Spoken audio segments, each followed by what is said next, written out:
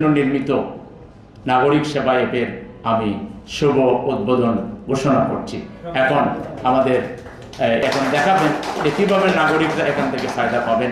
তারা এখন ডিজিটাল মাধ্যমে প্রজেক্টরে সেটা আপনাদেরকে শো করবেন, সাংবাদিক ভাইরা এবং সবাই দেখবেন ইনশাআল্লাহ। নাগরিকসেবা.net এখানে ব্রাউজ করে পাবেন।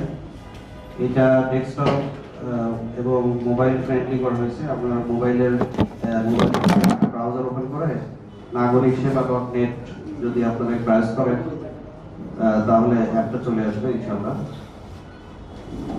তো এখানে নাগরিকসেবা.net যদি আমরা ব্রাউজ করি তাহলে এটা এই স্ক্রিনটা চলে আসবে। এটা হচ্ছে ফ্রন্ট স্ক্রিন। এইখানে একটা সংক্ষেপে একটা ডিটেইল দেওয়ার চেষ্টা করা হয়েছে এখানে।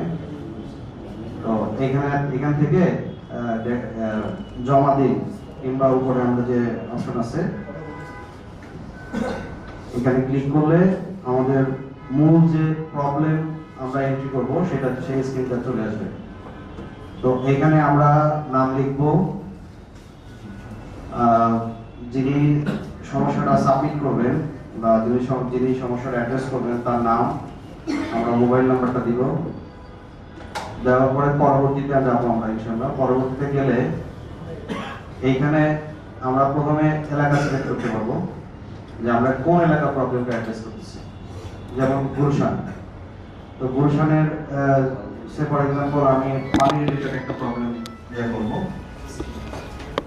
তো এখানে আমি বিস্তারিত লিখবো। আমরা যে ফর এক্সাম্পল আমি এখানে একটা টেস্ট ইন্টারেকশন এটা যদি লিখি, রাস্তায় পানি জমে থাকে এরকম একটা প্রবলেম আমরা এখানে লিখব।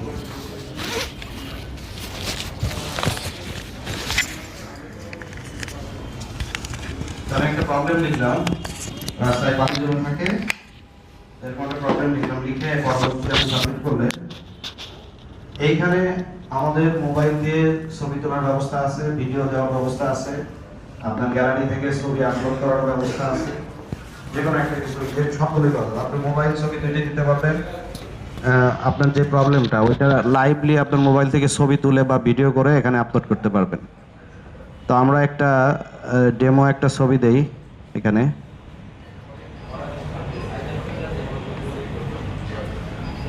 দিলে এই ছবিটা আপলোড হচ্ছে, যেমন একটা পানির একটা আমরা ছবি দিলাম, ছবিটা আপলোড হচ্ছে।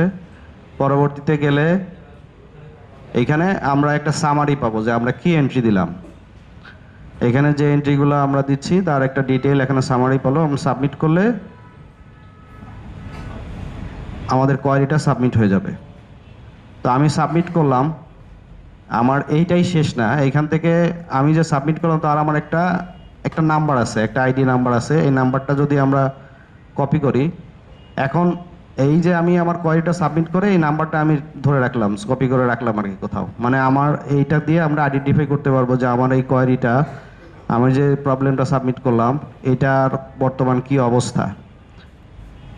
এইখানে এই যে অনুসন্ধানে গিয়ে যদি আমার এটাকে যদি আমি পেস্ট করি